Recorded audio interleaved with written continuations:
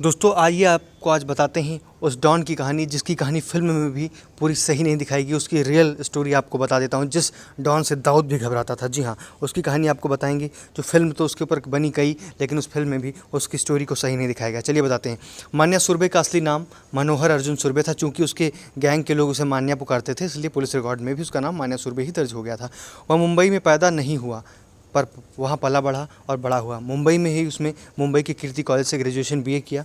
और जब वह अपराध की दुनिया में आया तो उसने अपने साथ पढ़े अपने कुछ दोस्तों की को भी गैंग में शामिल कर लिया। मान्या को अपराध की दुनिया में उसका सौतेला भाई भार्गव दादा लाया। भार्गव की अपने ज़माने में दादर इलाके में खासी दहशत थी। भार्गव और उसके दोस्त मान्या पोदाकर के साथ मिलकर मान्या सुरभि ने सन 1969 में किसी दांदेकर का मर्डर किया था। इस कत्ल में तीनों गिरफ्तार हुए, उन पर मुकदमा चला और तीनों को आजीवन कारावास की सज़ा हुई। सज़ा के बाद उन्हें मुंबई नहीं बल्कि पुणे की यरवदा जेल में शिफ्ट कर दिया गया। पर सज़ा दिए जाने से मान्या सुरभि सुधरा नहीं बल्कि और खूंखार हो गया। उसका यरवदा जेल में ऐसा आतंक हो गया कि वहाँ प्रतिद्वंदी डॉन सुहास भटकर के छोकरों को वहाँ पीटने और मारने लगा। परेशान जेल प्रशासन ने उसे फ़ौरन वहाँ से हटाने का फैसला किया और फिर रत्नागिरी जेल भेज दिया। नाराज मान्या सुरभि ने इसके बाद रत्नागिरी जेल में भूख हड़ताल कर दी। हड़ताल के दौरान वह एक चर्चित विदेशी उपन्यास पढ़ता रहा, जिसमें लूट की कई अनूठी और कई कहानियाँ उसमें जो है लिखी रहती थी। मोडस ऑपरेंडी लिखी हुई रहती थी, अनूठी कहानियाँ उसमें जो है लिखी रहती थी। उसको वो पढ़ता था। और बता दीजिए, इस जो सज़ा हुई थी, कहा ऐसा भी जाता है कि उस कत्ल को उसने किया ही नहीं था जिसमें उसको भी सज़ा हो गई थी। वहीं मान्या सुरभि का एनकाउंटर उस समय के एसपी इसाक बागवान ने किया था। ये घटना 11 जनवरी 1982 को घटित हुई थी। मान्या सुरभि को धोखे से पकड़कर एसपी इसाक ने मान्या की हत्या कर उसकी हत्या को एनकाउंटर का रूप दे दिया था। मान्या की मौत जहां कई लोगों के लिए एक चौंका देने वाली खबर थी, वहीं कुछ लोगों के लिए राहत देने वाली खबर बन गई थी। उस राहत और सुकून की सांस लेने वालों में से एक नाम था दाऊद। जी हाँ, जिसके बड़े भाई साबिर इब्राहिम को मान्या ने सरेआम गोली से उड़ा दिया था और खुद दाऊद भी कई बार मान्या की गोलियों से शिकार होते होते बचा था। आपको बता दें, इसाक बागवान ने उसको, जैसे कि फिल्म में भी दिखाया गया, शूट आउट आलमी को उनको वो कर लेते हैं। उनको मतलब वो सरेंडर करके आ जाते हैं, चलो ठीक है भाई, तो पकड़ पकड़ लिए जाते हैं। लेकिन उनको ले जाते समय उनसे स्टोरी सुनते सुनते उनको मार देते हैं कि कैसी तुम्हारी कहानी है। देखा है ना, अनिल कपूर उसमें जो थे शूट आउट घोटाला में, वैसा दिखाया गया है।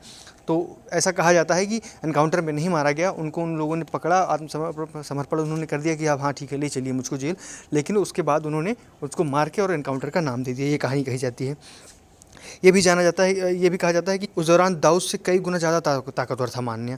मान्या की मौत दाऊद के लिए फ़ायदेमंद थी और आगे बढ़ने के लिए बेहद ज़रूरी थी। मान्या ने एनकाउंटर से दाऊद और पाकिस्तान समर्थित अफगान माफियाओं को मुंबई पर हावी होने का मौका दे दिया था।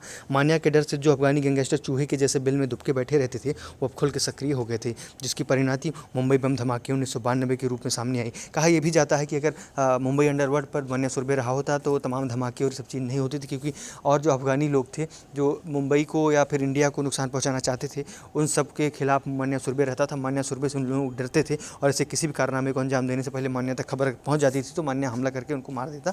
ऐसा क्योंकि वो मान्या अपने देश से प्यार करता था, क्योंकि एक पढ़ा लिखा स्टूडेंट था।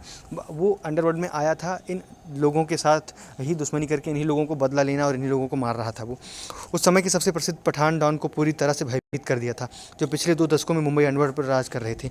लेकिन पठान ने भी अपनी विरोधी गैंग केसर ग्रुप को पराजित करने के लिए मान्या सुरभि की सहायता ली थी।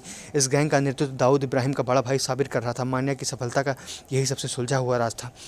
उस समय शहर की सबसे मशहूर गैंग भी उससे सहायता लेने के लिए आती थी और ऐसा करते हुए वह दूसरों को ख़त्म कर देता था। यह मुंबई के उन अंडरवर्ल्ड का पहला पढ़ा लिखा हिंदू गैंगस्टर था, जिसका दादर के आगरा बाज़ार में सम्मान किया जाता था। मुंबई आने के बाद सुरभि ने गैंग बनाना शुरू कर दिया और अपने 2 भरोसेदार साथी धारावी के शेख मुनीर और डोंबिवली के विष्णु पाटिल के साथ एक सशक्त गैंग का निर्माण किया।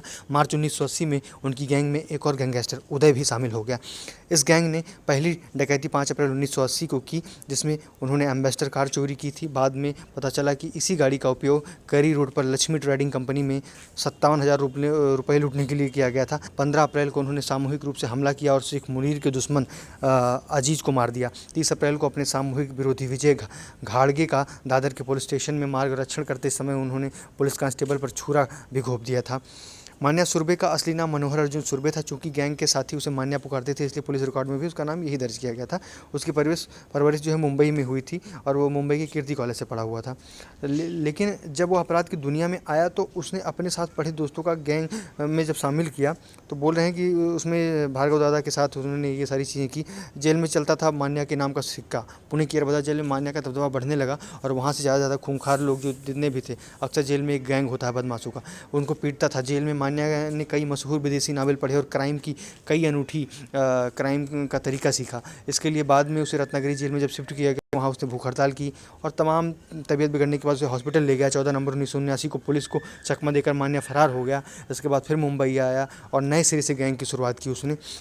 तो ये सारी कहानी है, लेकिन फ़िल्मों में कहानी इससे कुछ इतर दिखाई जाती है, जैसे कि उसमें दिखाया गया है जो है जो चीज़ें, उससे कुछ कहानी अलग होती है और जो हमारी स्टोरीज़ होती है, जो रियल स्टोरी होती है, क्योंकि उसको नाटकीय रूपांतरण दिया जाता है जिससे लोग उसमें प्रेरित हों, कहानी थोड़ा सा फास्ट चले, स्टोरी में थोड़ा सा वो लजीज़ बना मतलब कि लोग उसको देखें, उससे बंधे रहें।